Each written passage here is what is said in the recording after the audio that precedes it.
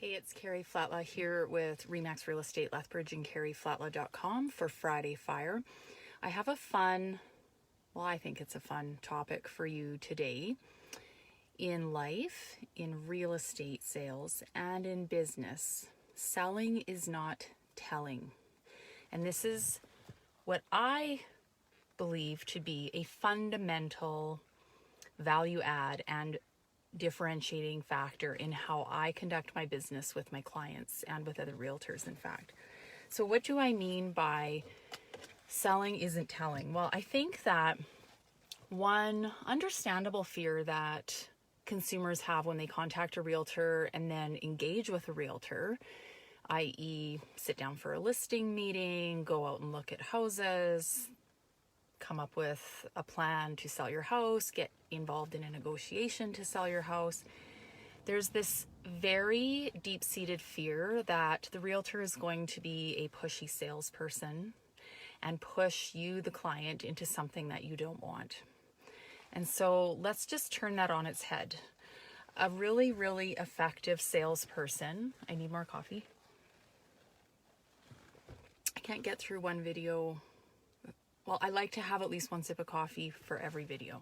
Okay, so as an effective salesperson, I think there's this idea that the more you talk, the more effective you are as a professional salesperson. And that you have to tell your value and tell the clients what to do. And the more you talk, the more money you make. And nothing could be further from the truth, because quite frankly, most consumers today are sick of being told what to do, how to think, what to wear, how much to pay for things, all that kind of stuff, who to vote for.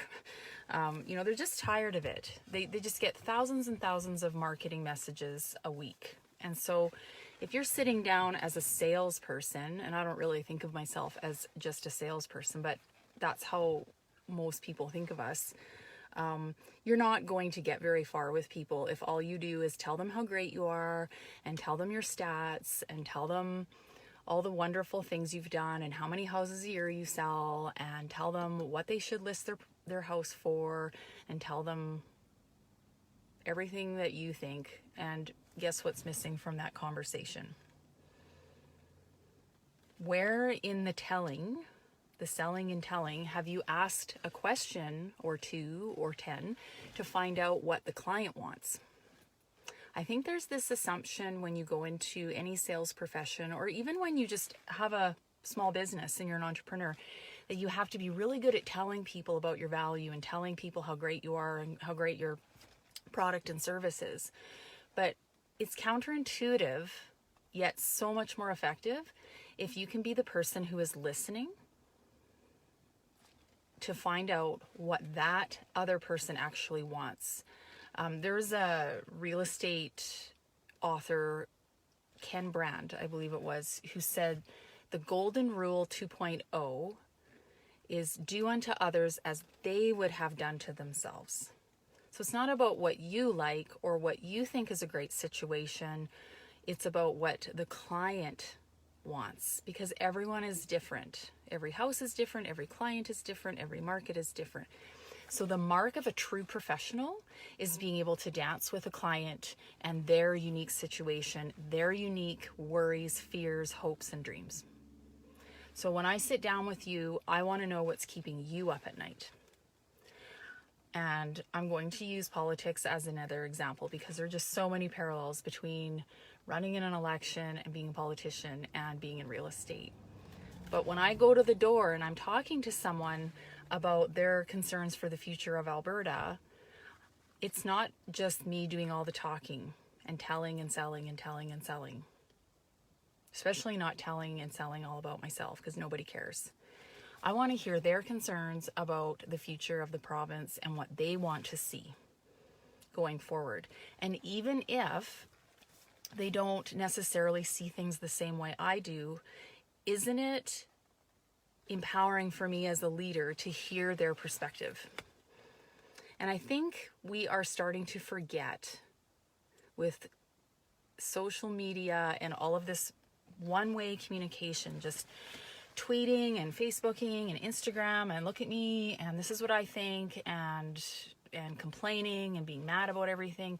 We forget that forward motion and to advance society, we have to actually listen to each other. We have to reach across the aisle.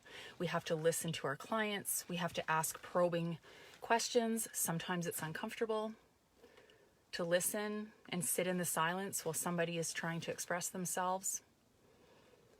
But if you want to be a successful communicator, you actually have to talk less and listen more.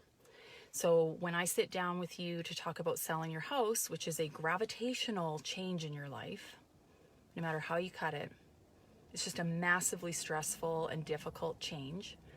I want to hear your ideas about what the process needs to look like and what you need most in that moment to make a good decision. And then I will keep on doing that throughout the process, checking in with you and finding out what you need most in that moment, because it will keep on shifting and changing. So in addition to selling is not telling, one of my other mantras that I live by is you have to listen to lead. And no matter what business you're in, whether it's real estate or anything else where you're selling a product or service, your client is looking to you for leadership, and you can't be a good leader. You can't be an effective leader to that client unless you listen first and understand what it is that they need. So that's Friday Fire for today. I think that's a lot to chew on, but I think it's a really powerful shift in thinking if you're in sales, and it's a powerful shift in thinking if you're a client looking for a realtor or looking to hire anybody to help you with something. Are they willing to listen to you? Do they ask really powerful questions? Have a great weekend, and we'll see you for next Friday Fire. Take care.